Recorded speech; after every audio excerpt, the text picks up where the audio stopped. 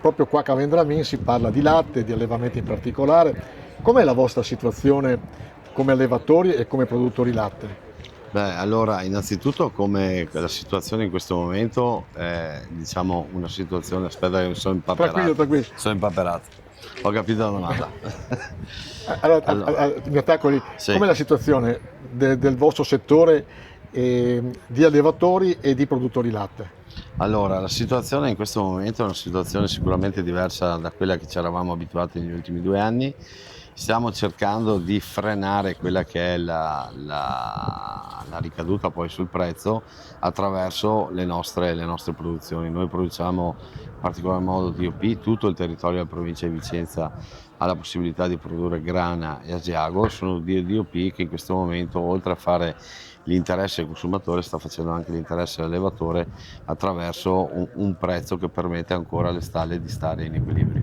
Ecco, il prezzo del latte fino a pochi anni fa era uno degli argomenti principi degli agricoltori, dicevano non ci stiamo guadagnando.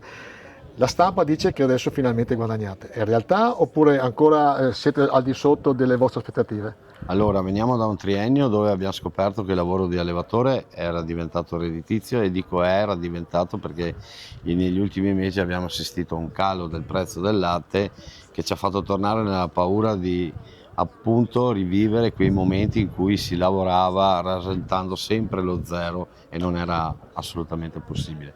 Questa è la paura che stiamo vivendo in questo momento.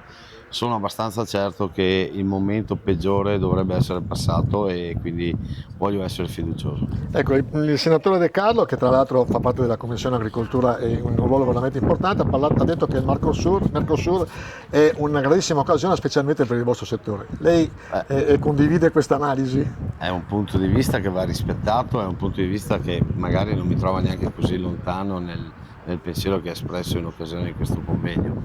Le cose vanno analizzate, io penso che le nostre DOP, e ricordo che l'Italia produce per il 50% della produzione di latte, produce formaggi DOP, non devono temere il confronto con prodotti di altri paesi che hanno sicuramente delle garanzie inferiori.